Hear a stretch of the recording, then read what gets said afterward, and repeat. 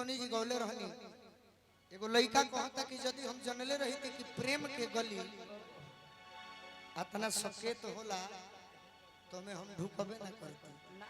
आ गावे गावे नगर नगर शहर शहर ढोलक बजवाई बजवाई कही थी कि ए भाई प्रेम करे के होई भाई अपना गार्जियन भाई मित्र बंधु माता पिता से कली हो ताकि कोनो लड़की बेवफा से प्रेम मत करी हो।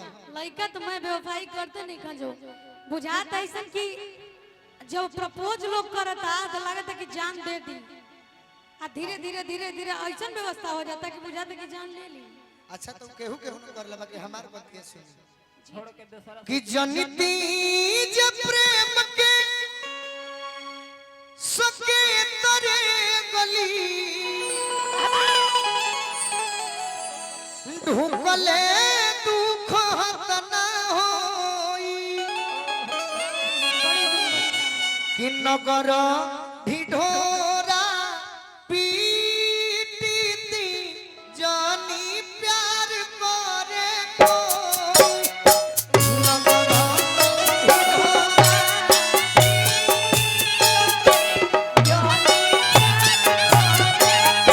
अरे नगर ढिढोरा पीटीती जानी प्यार करे कोई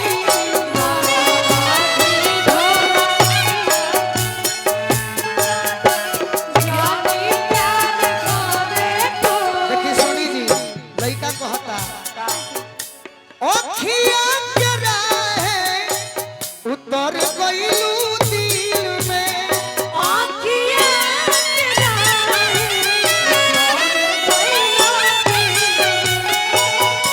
हम नहीं जननी भूगोली नागिन बिल में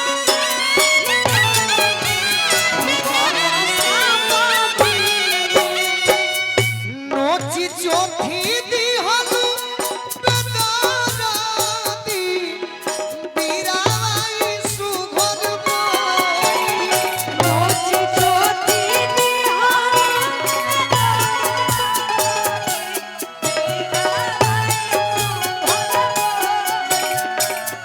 नगर ढिढोरा पीटीती जनी प्यार करे कोई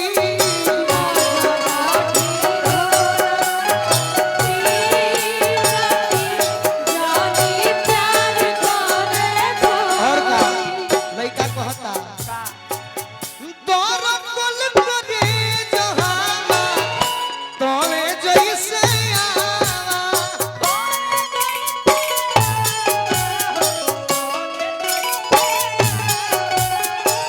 दरकल करे हमार तोवे जैसे आवा बड़ कन कनाता जब खेके पुरुआ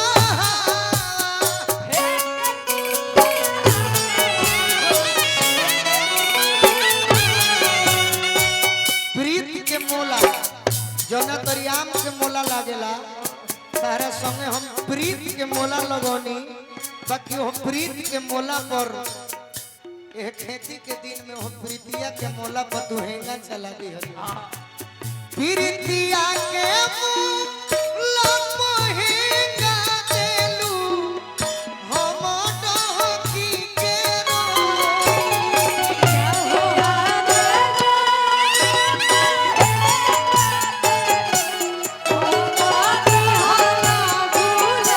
अरे नगर ढिढोरा पीटीती जनी प्यार करे कोई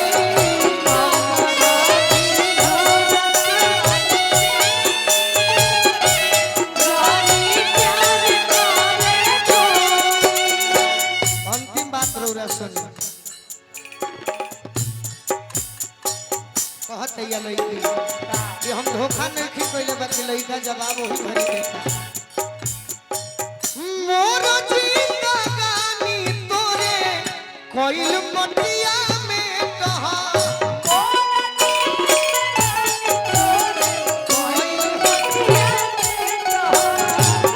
कोई है लोग सब हरी जे बोलुए पाप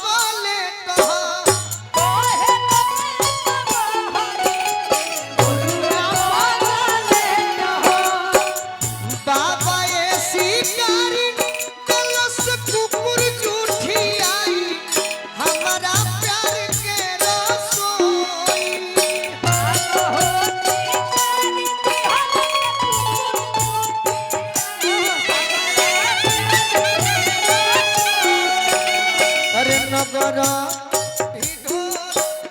साइडो सॉन्ग पर डांस बा पवनी हम जानत नहीं हर मन नहीं खेलागत एहू पर नाम सकत रही अरे नगर ढिढोरा जनी प्यार करे कोई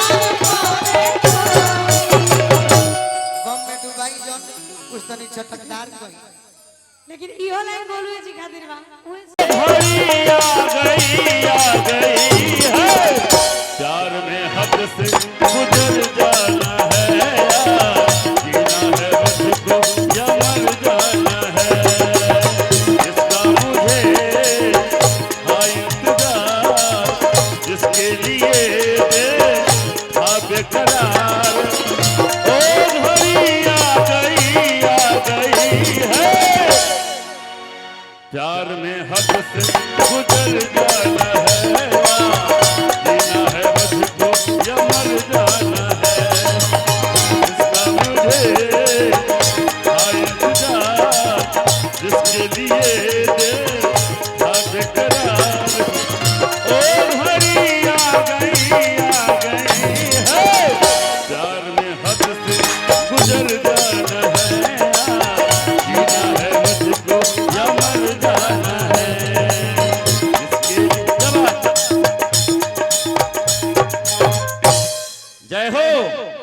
जय हो नमः पार्वती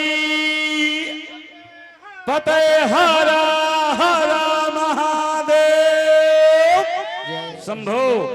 और इस कड़ी में हमारे परम श्रद्धेय मित्र आदरणीय श्री गोल्डन शाही जी को सम्मानित किया जा चुका है, लेकिन फिर भी माननीय मुखिया महोदय जी चली गई। आहा, तो हम चाहेंगे कि आदरणीय परम श्रद्धेय मित्र श्री गोल्डन शाही जी को माननीय मुखिया महोदया जी नीति सिंह जी सीधा पंचायत के कर कमलों द्वारा पुनः एक बार स्वागत किया जाए गोल्डन शाही जी को। क्या बात है, आइए। और हमारे गार्जियन, मेरे अभिभावक, मेरे पेरेंट्स आदरणीय श्री चंद्रिका बाबू भोरे, आपके तरफ से 500 रुपए का आशीर्वाद स्वरूप पुरस्कार और पुरस्कार सिरधार्ज है। आइए मुखिया जी को आने दीजिए।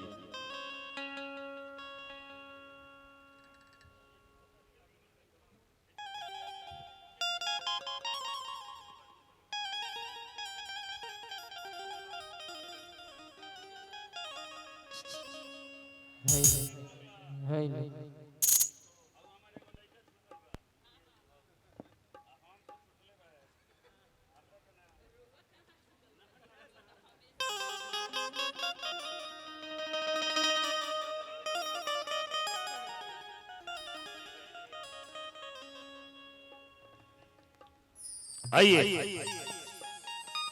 गोल्डन शाही जी को सम्मानित कर रही हैं माननीय मुखिया महोदया सीधा पंचायत आदरणीय नीति सिंह जी।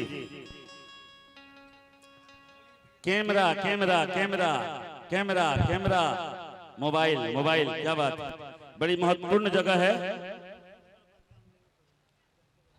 हाँ अपन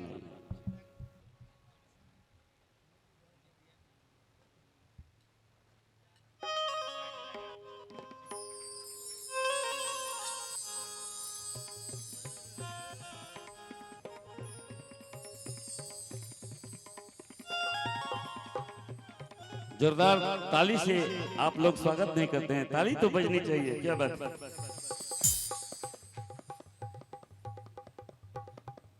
और गोलू बाबू से निवेदन है, आप कृपया एक बार टिंडा हो जाएं, टिंडा टिंडा।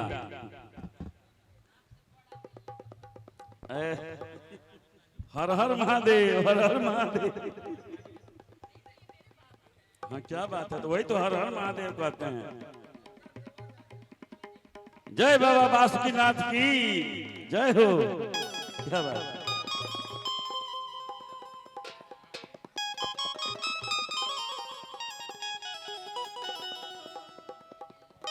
और परम आदरणीय नहीं गुस्ताखी के लिए मैं क्षमा प्रार्थी हूँ।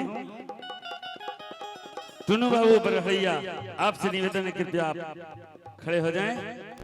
और क्या बात, एक बार क्या बात है, एक बार हाँ